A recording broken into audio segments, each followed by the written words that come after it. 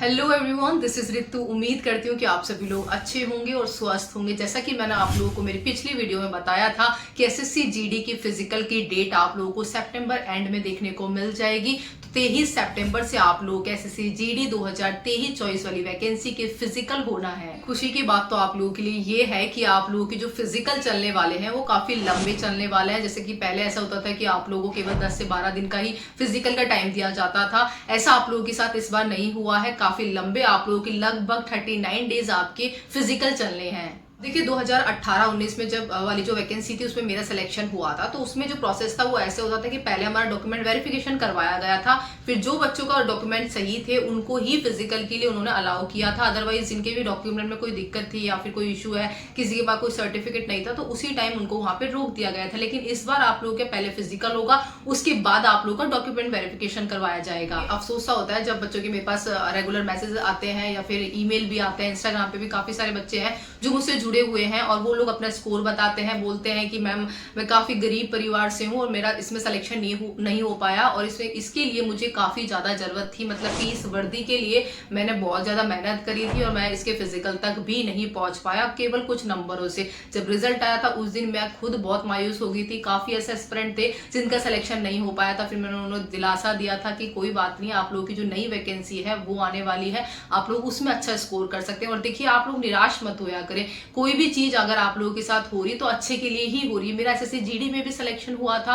RPF में भी हुआ था, रेलवे टेक्नीशियन में भी हुआ था, राजस्थान पुलिस में भी हुआ था, लेकिन मुझे दिल्ली पुलिस मिली। अब आप लोग देख सकते हैं मैंने थोड़ा सा पेशेंस बना के रखा, मेहनत जारी रखी और फिर बाद में एंड में आके मुझे दिल्ली पुलिस मिली, जो कि मुझे लगता है one of the best force के अंदर आपकी इंक्लूड रहती है। जिन भी बच्चों का फिजिकल के लिए नाम नहीं आया था, चाहे फिर वो पॉइंट नंबर से ही क्यों ना आए, तो उनके लिए तो एक बहुत अच्छी अपॉर्चुनिटी निकली है। मतलब कि आप लोग किस्मत देखिए आपकी कि आप लोगों का जब रिजल्ट आया उसके 2-3 महीने बाद ही आप लोगों के लिए नई वैकेंसी तैयार खड़ी है, वो भी हजारों की संख्या। मतलब 40,000 वैकेंसी, मतलब 40,000 लोगों को वर्दी मिलने वाली है वापस से। तो आप लोग तो कुछ ही बच्चे होंगे जिनका कुछ कुछ पॉइंट से सिलेक्शन रह गया, तो आप लोग क्यों इतनी हिम्मत हारते हैं। सारे बच्चों की जो नई वैकेंसी है उससे रिलेटेड भी मेरे पास काफी सारी क्वेरी आ रही थी कि मैडम इसको किस तरीके से स्ट्रेटेजी बताइए। मैथ्स हमारा वीक था, जीएस हमारा वीक था, किस तरीके से हमारा जो स्कोर था वो थोड़ा बहुत रह गया था, तो कैसे अब हम इसको इंप्रूव कर सकते हैं। तो देखिए आप लोगों को ये किरण पब्लिकेशन की बुक है, ये भी आप लोग ले सकते हैं। इसमें आप लोगों को डायरेक्टली पीवाईक्यूज ही दे रखे हैं, सॉल्व पेपर दे रखे हैं,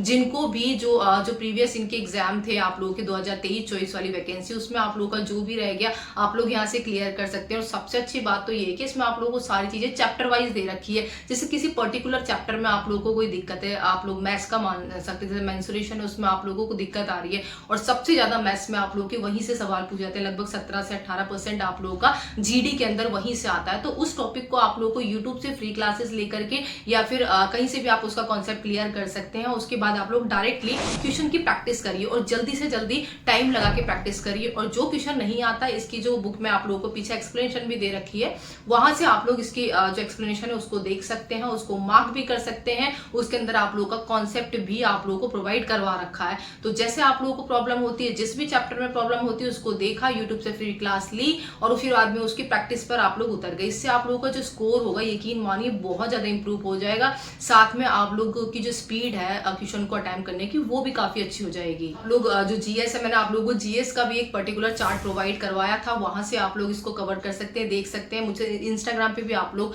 वो जो चार्ट है वो मांग सकते हैं। जीडी के लिए आपका मैथ्स का और जीएस का मैं दोनों आप लोगों को वहां पे प्रोवाइड करवा दूंगी। तो इस तरीके से आप लोग अपनी तैयारी को कंटिन्यू रखिए। हम आप लोगों के डॉक्यूमेंट के ऊपर कि क्या क्या डॉक्यूमेंट आप लोगों के लिए रिक्वायर है, क्योंकि डॉक्यूमेंट अगर आप लोगों के पास नहीं होते हैं तो चाहे आप लोग रनिंग कर ले, फिजिकल आपका निकल जाए, कोई आप लोगों को नहीं पूछने वाला है। वहीं आप लोगों को इस बार रेस्ट्रिक्ट कर दिया जाएगा, क्योंकि इस बार आप लोगों के जो डॉक्यूमेंट वेरिफिकेशन होने वाला है वो बहुत ज्यादा स्ट्रिक्टली रहने वाला है। तो काफी सारी चीजों को आप लोगों को ध्यान में रखना पड़ेगा।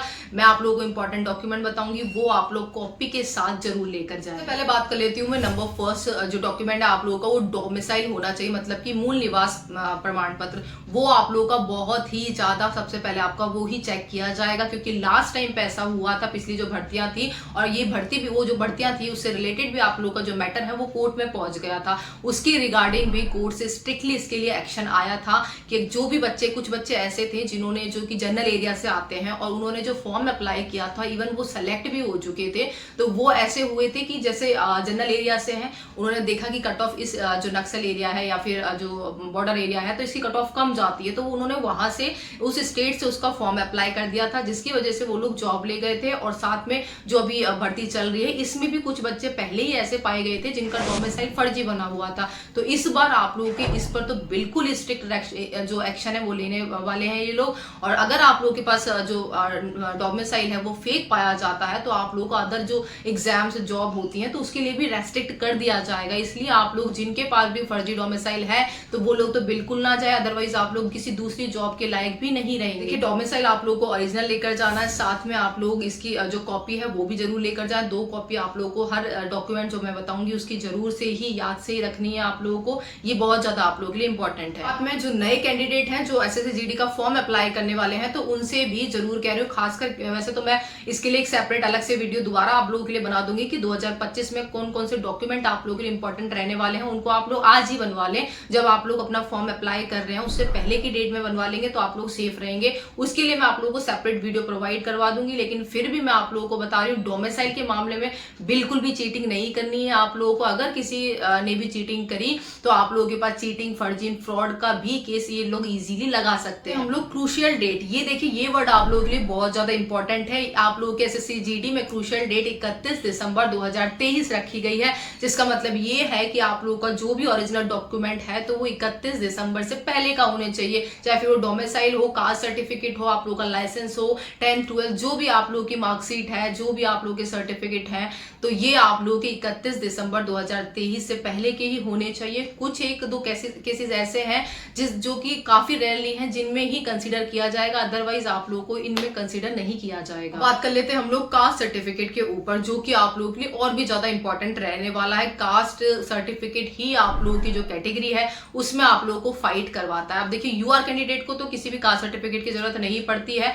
अब आ जाते हैं इनमें जो EWS होते हैं वो, तो EWS का आप लोगों का जो फाइनेंशियल ईयर होता है, मतलब कि 1 साल की ही इसकी वैलिडिटी होती है, जो कि 1 अप्रैल से लेकर के 31 मार्च तक आप लोगों की ये रहती है। तो इसके बीच का ही आप लोगों का होना चाहिए, मतलब कि फाइनेंशियल ईयर जो होता है तो 1 साल तक वो वैलिड होता है, 1 अप्रैल से लेकर 31 मार्च तक। तो ये आप लोगों का EWS का सर्टिफिकेट ही मान्य होगा। अब आ जाते हैं हम लोग OBC के सर्टिफिकेट के ऊपर, तो वो आप लोगों का 3 साल तक भी वैलिड रहता है। अगर किसी का 3 साल से ज्यादा है तो देखिए उनको आप लोगों की कंसिडर करने के चांसेस काफी कम है। लेकिन एक चीज हो सकती है कि अगर आप लोग UR कैटेगरी से फाइट कर रहे हैं तो ये आपके ऊपर डिपेंड हो जाता है। जैसे कि मैं मेरी बात बताती हूँ कि मेरा जो मैक्सिमम एग्जाम थे तो वो UR कैटेगरी से ही फाइट हुए थे, फिर वो दिल्ली पुलिस हो, राजस्थान पुलिस हो, NTPC हो। तो इसमें क्या हुआ था, मेरे टाइम पे मैंने UR से फाइट किया था, तो मेरे लिए मेरे ऊपर डिपेंड करता था कि मैं अपना OBC सर्टिफिकेट दिखाऊं या ना दिखाऊं, जबकि वो 3 साल तक के ही वैलिड रहता है। तो उसमें ये हुआ था, जब मैंने अपना फॉर्म अप्लाई किया था तो वो तो मैंने अपनी कैटेगरी से ही किया था, लेकिन जो मैंने फाइट किया था तो वो UR कैटेगरी से किया था। तो वहां पर अगर मुझे थोड़ा बहुत डाउट है कि मैं फाइनल में रह सकती हूँ तो मैं उसको दिखाऊं, और अगर मुझे लगता है कि मेरा स्कोर ज्यादा है तो फिर मैं उसको अपना नहीं भी दिखा सकती। तो OBC वाले के लिए ये है कि अगर आप लोगों की जो वैलिडिटी है वो खत्म हो चुकी है और आप लोगों का स्कोर जनरल कैटेगरी से काफी अच्छा खासा जा रहा है तो फिर आप लोगों को कोई दिक्कत नहीं है, वहां पर आप लोगों से नहीं मांगेंगे, आप लोगों को डायरेक्टली UR में ही काउंट कर लिया जाएगा। फाइनल मेरिट लिस्ट आप लोगों की UR के बेस पर ही लगेगी, उसमें कैटेगरी का कोई रोल नहीं होगा कि मैंने इसका जो फॉर्म अप्लाई किया था वो तो मैंने OBC से किया था। जब आप डॉक्यूमेंट ही नहीं दिखा रहे हो तो फिर आप सिंपली जो UR है उसके अंदर ही काउंट होंगे। अब आ जाते हैं हम लोग SC/ST कैटेगरी के ऊपर, तो देखिए इनका इतना ज्यादा मैटर नहीं होता है, 5 साल की वैलिडिटी होती है, लेकिन फिर भी अगर किसी के पास 5 साल से ज्यादा पुराना होता है तो इनको यहाँ पे कंसीडर कर लिया जाता है। इनके केसेस में ज्यादा पुराने की भी आप लोगों की कोई इतनी दिक्कत नहीं होती है। अब एक चीज आप लोग और इम्पोर्टेंट इसमें ध्यान रखना कि ये सारे जो कास्ट सर्टिफिकेट है आप लोगों के, तो ये आप लोग के स्टेट के नहीं चलने वाले कि कभी आप लोग ये सोचे कि हमने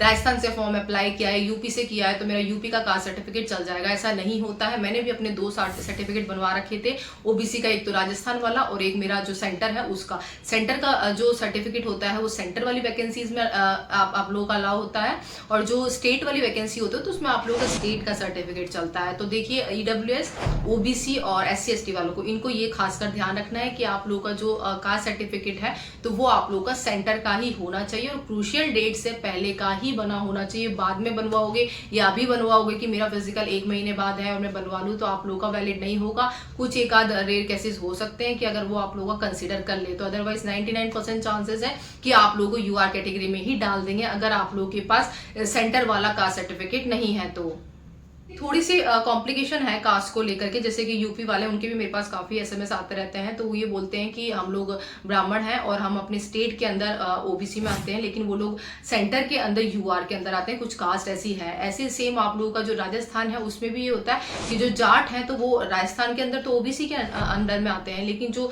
सेंटर है तो उसके अंदर उनको यूआर के अंदर रखा हुआ है। तो ये थोड़ा सा आप लोग ध्यान रखें। आ जाते हैं हम लोग अदर बेसिक्स आप लोगों की जो इंपॉर्टेंट डॉक्यूमेंट है उनके ऊपर। तो देखिए आप लोगों को आईडी प्रूफ अपना लेके जाना है, जो भी नेशनल आईडी प्रूफ है। तो उसमें आप लोगों का आधार कार्ड भी ले जाएं आप लोग, साथ में पैन कार्ड वगैरह अगर है तो वो भी लेके जा सकते हैं। एनसीसी का सर्टिफिकेट आप लोगों के पास होना है, अगर आप लोगों ने एनसीसी उसमें फॉर्म भरते टाइम अप्लाई किया था। और अगर आप लोगों के पास स्पोर्ट्स का सर्टिफिकेट है तो वो भी ले जाएं, क्योंकि इसमें आप लोगों के मार्क्स मिलते हैं एनसीसी के भी, A-B-C सर्टिफिकेट के। साथ में आप लोगों का 10th की ये वैकेंसी थी तो 10th का सर्टिफिकेट आप लोगों के पास जरूर होना चाहिए। साथ में अगर किसी के नाम में कुछ मिस्टेक है 10th के सर्टिफिकेट में, तो अभी भी वो बोर्ड में जाके कांटेक्ट कर सकता है। तो उनका जो भी थोड़ा बहुत करेक्शन है वो लोग वहाँ पे इजीली कर देंगे। जब आप लोग डॉक्यूमेंट वेरिफिकेशन करवाने जाएंगे तो उससे पहले आपकी 10th की जो मार्कशीट है उसको एक बार रीचेक कर ले कि मेरा नाम वगैरह ये सब, फादर नेम, ये सब चीज सही है या नहीं है। अगर आप लोगों ने फॉर्म में और भी कोई क्वालिफिकेशन अपनी डाली है, जैसे कि 12th भी डाली है, मैक्सिमम क्वालिफिकेशन आप लोगों ने BA भी डाली है, तो वो भी आप लोग जरूर साथ में लेकर जाएं, ओरिजिनल लेके जाएं। साथ में इनकी 2-2 कॉपी जरूर लेके जाएं और साथ में 10 से 12 आप लोगों को कलर फोटो जरूर लेके जाने, जो कि आप लोगों के लिए बहुत ज्यादा इंपॉर्टेंट रहने वाले हैं। आप लोगों की काफी सारी चीजें होती है वहां पे आप लोगों को इसमें यूज करवाया जाता है। आप लोगों के लाइसेंस की, तो देखिए लर्निंग लाइसेंस आप लोगों का नहीं चलेगा, और जिनका आप लोगों का बनके नहीं आया है और आने वाला था और साथ में जिनका खो गया है, तो वो क्या कर सकते हैं, डिजी लॉकर से अपना जो इसका प्रिंट होता है वो निकलवा लें, उसकी लैमिनेशन करवा लें और वो ही आप लोगों का वहां पे चल जाएगा। कोई आप लोगों को डिस्क्वालीफाई नहीं करेगा उसके लिए। अगर किसी को कास्ट सर्टिफिकेट से रिलेटेड दिक्कत है, अगर उसके नाम में या फिर कुछ थोड़ी बहुत अगर जो क्लैरिकल मिस्टेक है वो हुई है, अगर आप लोग अभी चेक कर लेना अगर हुई है, तो साथ में उसका एक एफिडेविट जरूर बनवा ले, वो आप लोग उसके साथ अटैच करके जरूर लेकर जाना। और जितने भी मैंने आप लोगों को डॉक्यूमेंट बताए हैं तो इनके 2-2 सेट आप लोगों को अभी ही तैयार करके ले जाए, ताकि आप लोग वहां पर भटके ना, क्योंकि आप लोगों का जो डॉक्यूमेंट वेरिफिकेशन होता है, ऐसा नहीं है कि आप लोगों के पास सारी चीजें वहां पे अवेलेबल होती। काफी सारी जो दूर दूर आप लोगों की जो सेंटर आते हैं वो आते हैं, साथ में जो कॉपी करवाना होता है, फोटो करवाना होता है, प्रिंट करवाना होता है, वो बहुत ज्यादा दूर होते हैं, बहुत ज्यादा परेशानी हो जाती है। इसीलिए पहले आप लोग इसकी 2-2, 3-3 कॉपी जरूर अपने साथ लेकर जाएं। डिस्क्रिप्शन बॉक्स में एक तो बुक्स का लिंक प्रोवाइड करवा दूंगी, साथ में मेरे इंस्टाग्राम आईडी का लिंक प्रोवाइड करवा दूंगी। जो भी आप लोगों की क्वेरी है, जो भी इंपॉर्टेंट आप लोगों से पूछना चाहते हैं, फिजिकल से रिलेटेड, मेडिकल से रिलेटेड, एग्जाम से रिलेटेड, इंपॉर्टेंट टॉपिक से रिलेटेड, तो मुझे इंस्टाग्राम आईडी आप लोग मेरी फॉलो कर ले, वहां पर आप लोग मुझसे इजीली पूछ सकते हैं। एक चीज मैं आप लोगों को और आपके बेनिफिट की बता देती हूँ कि मैं 14-15 तारीख के आसपास कोटा जाने वाली हूँ, तो वहां पर आप लोगों के लिए